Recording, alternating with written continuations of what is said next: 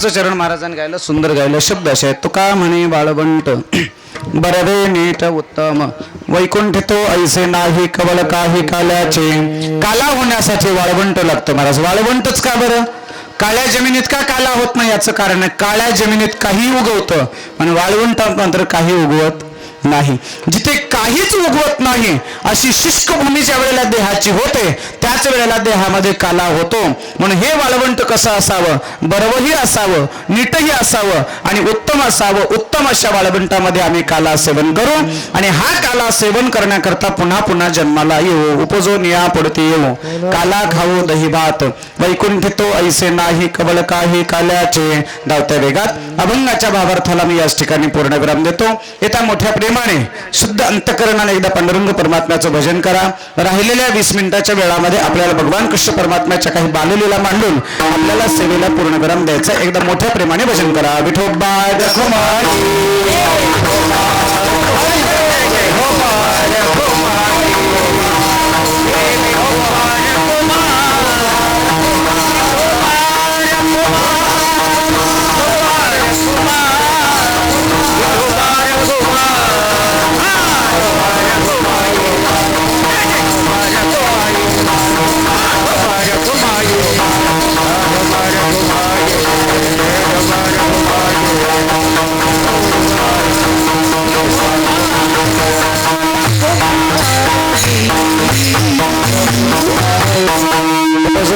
पडते येऊ, काला खाओ दही भात वैकुंठ तो ऐसे नाही कवळ काही काल्याचे. धावत्या वेगात मांडलेला अभंगाचा भावार्थ असाच आहे असा माझा दावा नाही, पण योग्य असेल ते माझ्या श्रीगुरूकडनं जे काही मला श्रवण झालं ते मी आपल्या पुढे ठेवण्याचा प्रयत्न केला आहे. मला थोड्या वेळामध्ये भगवान परमात्म्याच्या काही लीला मांडायच्यात. ऐका. तशीही देवाचे अनेक अवतार आहेत. अनंत अवतार घेशी भक्ता तारणे, कनवाळू कृपाळू दिना लागे उद्धरणे, किंवा अवताराच्या राशी तो हा उभा विठेवणे. देवाचे अनेक अवतार आहेत महाराज. भागवतामध्ये एकूण देवाचे 24 अवतार आहेत. त्यापैकी काही अवतार अंश अवतार, आवेश अवतार, कला अवतार, पूर्ण अवतार आणि परिपूर्ण अवतार भगवान परमात्म्याच्या अशा अनेक अवताराची चरित्रकथा आपल्या भागवतात पाहायला सापडते. त्यापैकी अनेक अवतारापैकी पूर्ण अवतार रामाचा आहे आणि परिपूर्ण अवतार भगवान कृष्ण परमात्म्याचा आहे. राम आणि कृष्ण फार मोठे अवतार आहेत महाराज. ए बाळा राम आणि कृष्ण माहिती आहे तुम्हाला? थोडं अंतराने बस. तू पुढे सक, थोडं तू पुढे सक, पुढे सक, पुढे सक, तू पुढे सक, तू पुढे पुढे इथे अलीकडे अलीकडे अलीकडे अलीकडे अलीकडे अलीकडे. हा हा बस बस बस. हा विठाला विठाला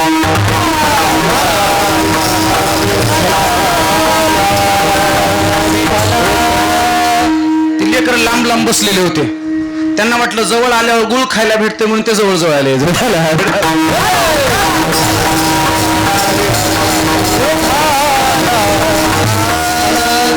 तसंही मला लेकराशिवाय करमत नाही महाराज. माझं कामच आहे ते. दिवस पोरं सांभाळतो रात्री पोरायचे मायबाप सांभाळतो की नाही.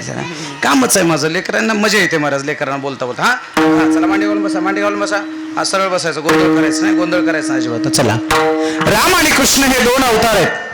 2 अवतारापैकी राम अवतार हा पूर्ण अवतार आहे आणि कृष्ण अवतार हा परिपूर्ण अवतार आहे. पण दोघांमध्ये जर तौलनिक दृष्ट्या जर विचार करायला गेलो तर तत्वाची, विचाराची, आचरणाची सगळी भिन्नता आहे महाराज. कुठंच साम्यत्व नाही. रामामध्ये कृष्णामध्ये कुठलंच साम्यत्व नाही, कुठलाच सारखेपणा नाही महाराज. तुम्ही म्हणाल कसं काय? बोलतो 1-2 गोष्टी. चला. रामाचा जन्म उन्हाळ्यात झाला का पावसाळ्यात? रामाचा उन्हाळ्यात झाला. हा रामाचा जन्म उन्हाळ्यात, कृष्णाचा जन्म पावसाळ्यात. रामाचा जन्म दिवसा, रामाचा जन्म दिवसा, कृष्णाचा जन्म रात्री. चुकलं.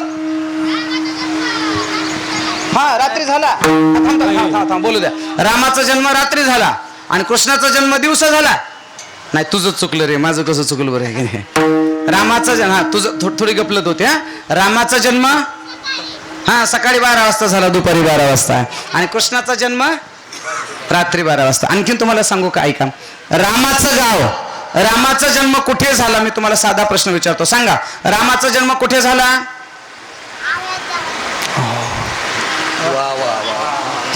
असं पाहिजे महाराज काहीतरी. कुठे झाला? कुठे झाला? बोला ना, बोला. महिला मंडळ, पुरुष मंडळ, बोला ना. कुठे झाला? कोण म्हणलं जवळ्यात झाला? अयोध्ये झाला ना, अयोध्ये झाला. रामाचा जन्म कुठे झाला? काही कुणाचा विरोध? काय कोणाचं ऑब्जेक्शन? ज्यांचं ऑब्जेक्शन होतं ते बदग्यात जाऊन पडले महाराज. मंदिर बांधकाम सुरू झालं आता. हा बसले जाऊन कुठं, आता पत्ता सुद्धा नाही त्यांचं कुठं जाऊन बसले ते. हा लढावं लागलं आम्हाला, झगडावं लागलं, पण सुंदर असं अयोध्येमध्ये माझ्या रामाचं मंदिर होतंय. आता तुम्हाला हात जोड विनंती, पाया पडून सांगतो, अयोध्येतल्या रामाचं मंदिर आता 2-3 वर्षात बांधकाम पूर्ण होईल. तुमच्या पाया पडतो, एकदा तरी अयोध्येचं रामाचं मंदिर बघितल्याशिवाय मरू नका, मरू नका महाराज. देवाला प्रार्थना करा, देवाला, हे भगवंता 2 वर्ष वाढवून दे बाबा. आणखीन एखादा आजार असेल तर मी भोगेन, फक्त मला माझ्या डोळ्याने माझ्या प्रभू श्रीरामचंद्राचं मंदिर पाहायचंय, मग मला मरायचंय. अशी प्रार्थना दिवसातून करत जा देवाला. चला, रामाचा जन्म कुठे झाला? अयोध्येत झाला, अयोध्येत झाला. आता सांगा कृष्णाचा जन्म कुठे झाला? सगळी मंडळी बोलली तरी चालेल, हा लेकरच ना, मोठे माणसं बोला. रामाचा जन्म अयोध्येत झाला, कृष्णाचा जन्म बोला बोला बोला बोला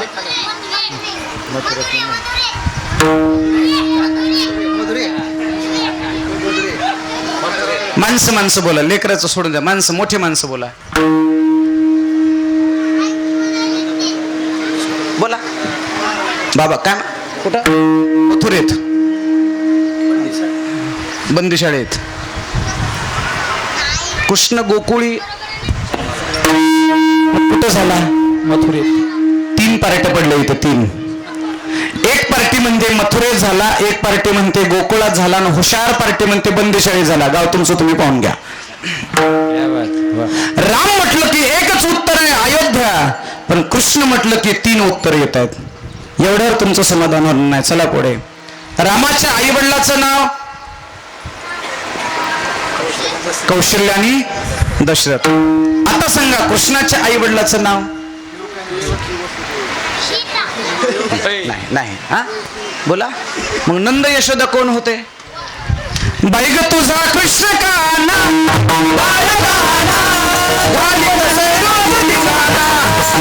तुझा कृष्ण काना बाळताना घालीत रोज दिना.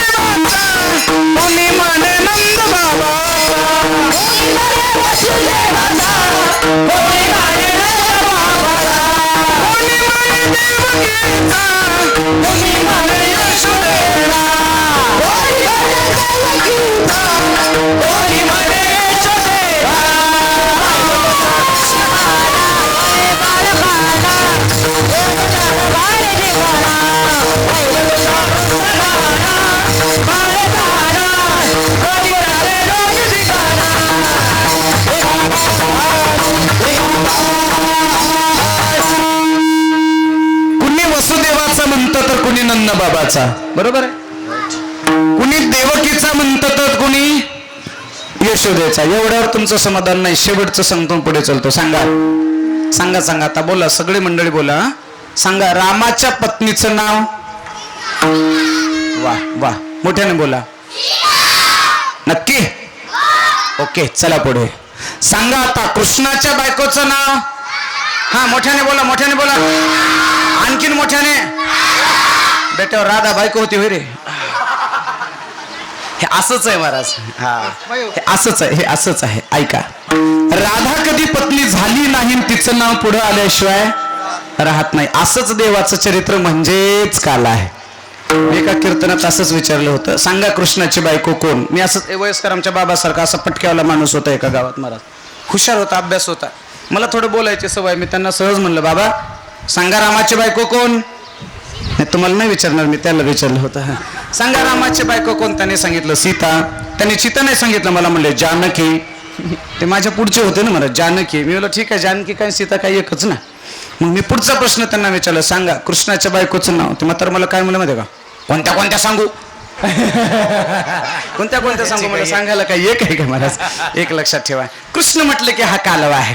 कृष्ण म्हटलं की हा काला आहे, आणि हाच काला आम्हाला काल्याच्या कीर्तनात सांगायचा. ऐका, कंस नावाचा एक दैत्य आहे. त्या कंसाच्या बहिणीचा विवाह थाटामाटात संपूर्ण झाला. त्या बहिणीचं नाव आहे देवकी. देवकीचा विवाह थाटामाटामध्ये संपन्न होतो आहे आणि वरात जात असताना आकाशवाणी झाली आणि कंसाला सांगितलं, आकाशाची वाणी सांगत असे कंसा, मानी हा बरवसा बोलण्याचा, देवकीच्या गर्भा येईल भगवान रक्षील ब्राह्मण दैत्याभेने. याच देवकीच्या पोटी भगवान अवताराला येणार आहे आणि धर्माचं रक्षण करणार आहे. ही गोष्ट हातावर कळाल्याबरोबर कंसाने हातात शस्त्र घेतलं, घेऊन या खड्ग मारा वया धावला. आणि कंसाला वसुदेवाने सांगितलं, हे वसुदेवा, मारू नको रे बाबा, स्त्रीला मारणं हे फार मोठं पाप आहे बरं का. स्त्रीला मारणं हे पाप आहे, बहिणीला मारणं पाप आहे. बरोबर आहे बाळानो, बहिणीला मारणं पाप आहे, आईला मारणं पाप आहे की नाही, बायकोला मारणं बोला बोला बोला बोला पाप आहे बरं का पुरुष मंडळी. ऐकताना तुम्ही, बहिणीला मारणं जाऊ दे, आणखी सोपं बोलतो. बहिणीच्या अंगावर काठी घेऊन मारायला गेला त्याला काय म्हणायचं? कंस म्हणायचं. काय म्हणायचं? बोला बोला बोला काय म्हणायचं? कंस. बहिणीच्या अंगावर काठीने मारतो तो कंस, आईला काठीने मारतो तो बोला बोला बोला बोला कंस, बायकोला रोज काठीने मारतो तो. असे कंस तुमच्या गावात आहेत का? नाही नाही नाही नाही विठाला.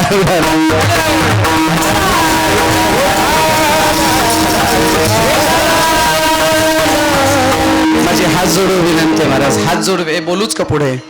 कोल्हापूरला 500 किलोमीटरचा प्रवास करून जाता का? लक्ष्मी प्रसन्न व्हावी म्हणून. एवढ्या लांब लक्ष्मीच्या दर्शनाला जाता आणि घरातल्या लक्ष्मीसारख्या बायकोला मात्र दररोज काठीने बदलता. घरातली लक्ष्मी जर तुमच्यावर प्रसन्न नसेल तर कोल्हापूरची लक्ष्मी तुमच्याकडे कधीच पाहणार नाही, एवढी गोष्ट लक्षात ठेवा. बघा ना, हे ऐकल्यावर महिला मंडळाचा चेहरा कसा खुलला. वा. पण तुम्हालाही सांगतो, तुम्ही जरा नीट राहत जा.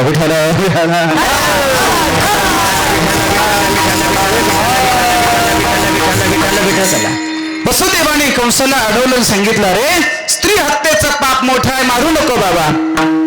कंसाने सांगितलं, हिच्या पोटी जन्माला येणारा मुलगा मला मारणार आहे आणि तो मुलगा जर माझा वध करणार असेल तर मी हिला कशाला जिवंत ठेवू. वसुदेवाने शब्द दिला, काळजी करू नको. ए बाळा, ए पाणी देणार, ए बस खाली, बस तू खाली, बस खाली. बिठाला बिठाला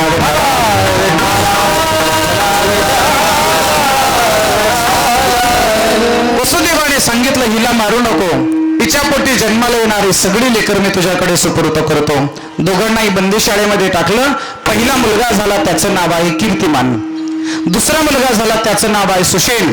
श्लोक गातो म्हणजे लक्षात येईल. कीर्तिमंतम सुषेणंच भद्रसेन मदारधी रुज्जुम संवर्धनम भद्रम संकर्षण महेश्वरम.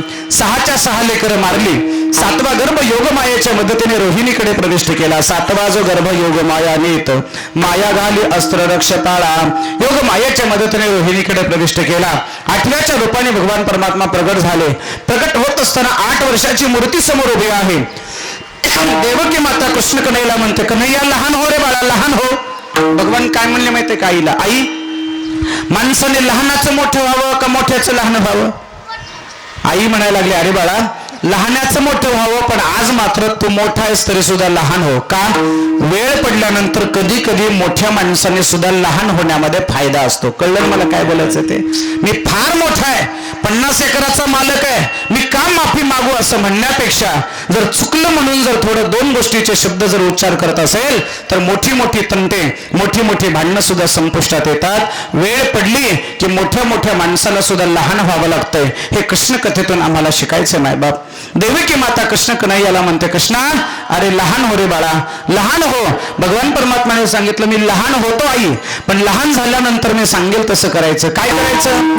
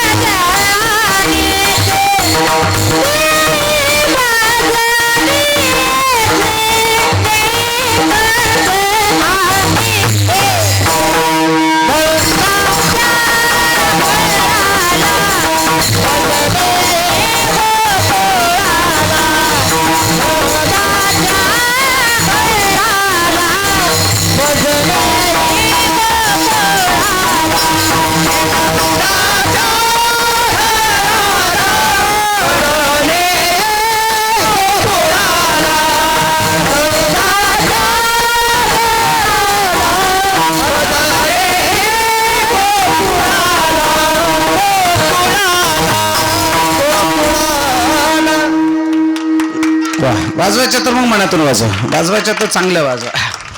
काय करा, आईला सांगितलं कृष्णकन्हैयाने, आई मी लहान होतो, लहान झाल्यावर मला इथं ठेवायचं नाही, मला नंद बाबाच्या घरी नेऊन पोचवा. नंदाच्या घराला मज नेई गोकुळाला, माया उपजली तेथ ठेवी मजा आणि येथ. माईला घेऊन या आणि मला तिथे ठेवा म्हटलं. रात्रीच्या 12 वाजता जगाच्या मालकाचा बाप निघाला. थोडं 2 वाक्य बोलून थोडं लक्ष देऊन ऐका. माझी बरीच तरुण बांधव माझ्या पुढे कीर्तनाला उपस्थित आहेत. माझ्या तरुण पोरांसाठी 2 वाक्य बोलतो, ऐका. ज्या बापाने आपल्यासाठी खूप काही केलं त्या बापाचं कमीत कमी आपण नाव तरी घेतलं पाहिजे महाराज, नाव तरी घेतलं पाहिजे. दुर्दैव सांगू का महाराज, अंथरुणामध्ये खिळून पडलेल्या बापाला, आजारी पडलेल्या बापाला सलाईंची बाटली लावल्यावरच गुण येतो असं नाही. फक्त नुसतं एवढं एक वाक्य जरी बोललं ना, बाबा तुम्ही आमच्यासाठी खूप कष्ट घेतले, तुम्ही आमच्यासाठी खूप काही केलं, एवढे 2 शब्द जरी पोराच्या मुखातून निघाले, म्हाताऱ्याला 2 सलाईंच्या बाटल्या चढवल्याची ताकद आपोआप आल्याशिवाय राहत नाही. विठ्ठला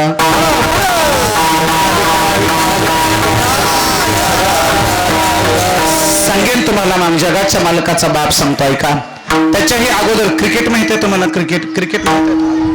क्रिकेटमध्ये समजा विराट कोहलीने जर 1 धाव केली, 1 रन माहिती आहे? 1 रन म्हणजे काय? या स्टंपापासून त्या स्टंपापर्यंत एकदा गेला की काय झाली? 1 रन झाले, बरोबर आहे. अशा जर विराट कोहलीने जर 100 रन जर केल्या तर आम्ही दिवसभर घोकत राहतो. कोहलीने 100 रन केल्या, रोहित शर्माने 100 रन केल्या, याने एवढ्या रन केल्या, सेंचुरी झाली, 50 झाली, सेंचुरी झाली. अरे पैशासाठी, स्वार्थासाठी त्याने एवढ्या धावा केल्या याची एवढी चर्चा तुम्ही करता, पण आठवा तुमच्या बापाने या बंदापासून त्या बंदापर्यंत, त्या बंदापासून या बंदापर्यंत आवताच्या मागे, कोळप्याच्या मागे म्हणा, दुंड्याच्या मागे, टिपण्याच्या मागे किती धावा केल्यात याची चर्चा तुम्ही केली आहे. अरे नको त्याच्या शतकाच्या आणि धावाच्या चर्चा करण्यापेक्षा जन्म देणाऱ्या बापांच्या धावाच्या चर्चा करा. त्यांनी आमच्यासाठी रक्त आटवून तुम्हाला मोठं केलेलं असतं महाराज. पण दुर्दैव असं आहे, आमच्या बापाने आमच्यासाठी फार केलं म्हणणाऱ्या लोकांपेक्षा तुम्ही आमच्यासाठी काय केलं म्हणणारीच नालायक पोरं या समाजामध्ये निर्माण झाले.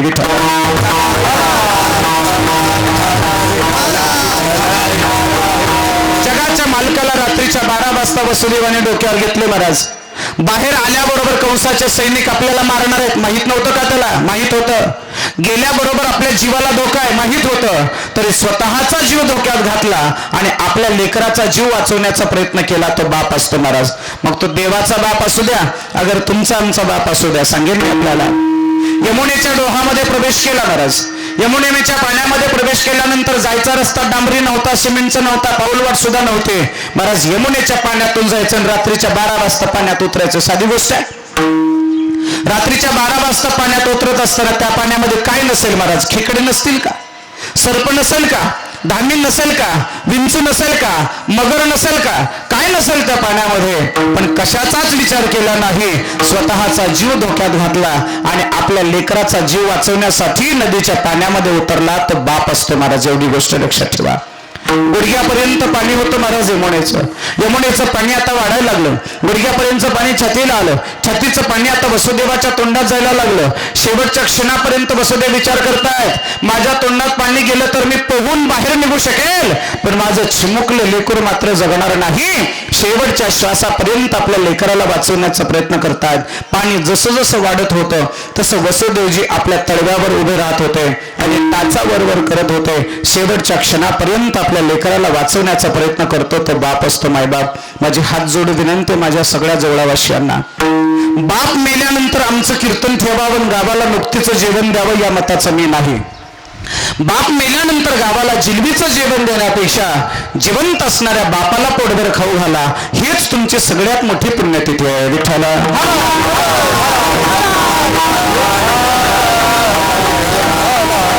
जगाच्या मालकाला डोक्यावर घेतलं, वसुदेवाच्या महालात आले, यशोदेच्या बाजूला कृष्णकन्हैयाला ठेवलं आणि आतापर्यंत न रडणारा जगाच्या मालकाचा बाप आता रडायला लागला महाराज. आतापर्यंत वसुदेवजी रडले नाहीत, डोळे भरून आणले नाहीत, डोळ्यात अश्रू आणले नाहीत, आता रडायला लागला. किती रडला सांगू का? नंदबाबाच्या महालाच्या दरवाजाच्या बाहीला असा हात लावला आणि रडायला सुरुवात केली. एवढे रडले, एवढे रडले, नंदबाबाच्या महालाच्या दरवाजाची एक बाही पूर्णतः विरघळून गेली महाराज डोळ्याच्या पाण्याने. याला म्हणतात बाप. सांगू का तुम्हाला, मी कृष्णाचा बाप सांगितला, 2च मिनिटात रामाचा बाप सांगतो. 14 वर्षाच्या वनवासाला घराच्या बाहेर काढलं. लोक म्हणतात कुणी काढलं? बापाने काढलं. बरं मान्य, बापाने काढलं. रामाला वनवासाला पाठवल्याच्या नंतर सुमंतीजी येईपर्यंत दशरथ महाराज रामाची वाट पाहत होते. आणि ज्या वेळेला सुमंतजी सोबत राम आले नाही ते दशरथांच्या लक्षात आलं. जेवणाचं ताट दुसऱ्या दिवशी दशरथांच्या समोर आलं. राजाने एकच विचार केला, माझ्या लेकराला मी अन्नावरचं उठवलं, माझ्या लेकराचा वनवास मी केला आणि मी मात्र पक्वान्नाचं जेवण घ्यावं, हे कसं शक्य आहे? समोर आलेलं जेवण बाजूला केलं. लोकांना वाटलं दुःख आहे, एक दिवस खाणार नाही, दुसऱ्या दिवशी खाईल. दुसऱ्या दिवशी अन्नाचं ताट बाजूला केलं. लोकांना वाटलं 2 दिवसानंतर तर भूक लागेलच ना. तिसऱ्या दिवशी जेवणाचं ताट समोर आलं. सारखं एकच विचार येत होता, माझं लेकरू काय खात असेल, माझं लेकरू कुठं झोपलं असेल, माझं लेकरू कुठे पित असेल, माझं लेकरू कसं असेल, मेरा राम कैसा होगा, मेरा राम कहाँ होगा, मेरा राम क्या खाता होगा, मेरा बेटा कहाँ सोया होगा, मेरा राम कैसा होगा, मेरा राम, माझा राम करता करता 4था दिवस उजडला. अन्न खाल्लं नाही. 5वा दिवस उजडला. अन्न नाही, पाणी नाही. 5 दिवसापर्यंत राम राम करता करता जीव रोखून धरला. आणि राम वनवासाला गेल्यानंतर राम राम राम राम करता करता जगाच्या मालकाच्या बापाने जीव सोडून दिला. हा बाप आपल्या जीवनामध्ये कधीतरी जाणून घेण्याचा प्रयत्न करा. रामाच्या बापाने जीव सोडला महाराज पोरासाठी. कृष्ण कन्हैयाच्या बापाने स्वतःचा जीव धोक्यात घालून तसं नंदबाबाच्या महालापर्यंत आले आणि धाय मोकून रडले. पुन्हा एकदा सांगतो, तुमच्या माझ्या बापाकडे सुद्धा कधीतरी बारकाईने पहा. तुम्ही पोराच्या अंगावरचे कपडे पहा आणि बापाच्या अंगावरचे कपडे पहा. नक्कीच बापाच्या कपड्यापेक्षा पोराचे कपडे 2-5 रुपयांनी जास्त असतात. एवढ्यावर खोटं वाटणार नाही तुम्हाला, माझं पटणार नाही तुम्हाला. तुम्ही बापाच्या हातातला मोबाईल पहा आणि पोरांच्या हातातला मोबाईल पहा. बापाच्या हातात 1,500 रुपयाचा डबडा मोबाईल आणि पोराच्या हातात मात्र 10,000 रुपयाचा अँड्रॉइड फोन. बापाच्या मोबाईल मध्ये 5-10 रुपये बॅलन्स आणि पोराच्या मोबाईल मात्र अनलिमिटेड टॉक टाइमचं बॅलन्स महाराज, अनलिमिटेड कॉलिंगचं बॅलन्स. हा बाप पोराला सांगतो, रे दादा तुझं सेलूला शिकायला आहेस ना, पत्र्याची खोली भाड्यानं करू नको रे, उन्हाळा आहे, त्रास होत आहे. स्लॅबची खोली भाड्याने कर बरं बाळा, पंखा असला पाहिजे तुला बरं. हा एरवी आपण गावात कुडाच्या पत्राच्या घरात राहतो, पण पोराला मात्र किरायाची खोली स्लॅबची करायला लावतो. हेच बाप पोराला सांगतं, खानावळीचे पैसे संपले ना, मला लवकर कळवत जा. एकही दिवस खानावळीचे पैसे उशीर होऊ देत नाही. का? त्याला असं वाटतं की मेस जर बंद झाली तर माझं लेकरू उपाशी मरेल. हाच बाप पोराच्या मोबाईल मध्ये बॅलन्स टाकून देतो आणि पोराला सांगतो, बाळा ए राजा, अरे सकाळी एकदा फोन करत जा, रात्री एकदा फोन करत जा बरं. सकाळी सकाळी तुझा आवाज ऐकल्याशिवाय भाकरी खावी वाटत नाही आणि रात्री तुझा आवाज ऐकल्याशिवाय झोप लागत नाही बरं बाळा. दिवसातून 2दा फोन करत जा. पोराने बापाला दिवसातून 2दा फोन करत जावा आणि 8-15 दिवसानंतर 8 दिवस बापाला फोनच केलं नाही महाराज पोराने. पोराचा फोन बंद झाला. मात्र काठी टेकत चष्मा लावून त्या मोबाईलच्या दुकानदाराकडे जातो. दुकानदाराला म्हणतो, दादा अरे माझा मोबाईल चेक करे, काहीतरी बिघडलाय, 8 दिवस झाले माझ्या पोराचा फोन आला नाही. दुकानदाराने ते सगळं मोबाईल चेक करावं, कॉल अलर्ट चेक करावं, रिंगटोन चेक करावी, फ्लाईट मोड झाले का चेक करावं. आणि दुकानदाराने सांगा, दादा अहो बाबा मोबाईल तर चालू आहे, कशावरून वाटलं तुम्हाला मोबाईल बिघडला? बापाने म्हणावं, काय मोबाईल चालू होता? होय चालू होतं, तरी माझ्या पोराने फोन केला नाही. म्हटलं की म्हाताऱ्याने मटकन खाली बसावं, धोतराचा पालव घ्यावा, चष्मा काढावा आणि डोळ्यातले अश्रू पुसावे महाराज. डोळ्यातले अश्रू पुसत असताना म्हातारा त्या मोबाईलच्या दुकानदाराला म्हणायचं, दादा अरे माझं लेकरू दिवसातून 2दा फोन करत होतं रे, 8 दिवस झालं फोन वाजला नाही, मला वाटलं माझा मोबाईलच बिघडला की काय. एवढं प्रेम करणारं जगातलं एकमेव तत्व जर कोणतं असेल तर तुमचा बाप आहे. एवढं जरी माझं आजच्या कीर्तनातून घेतलं आणि जन्म देणाऱ्या बापाला घराच्या बाहेर हाकलण्यापेक्षा चटणी भाकरी खाऊ घाला, पण जन्म देणाऱ्या बापाला तुम्ही घरात सांभाळा एवढी विनंती करतून पुढे चालतो. विठाला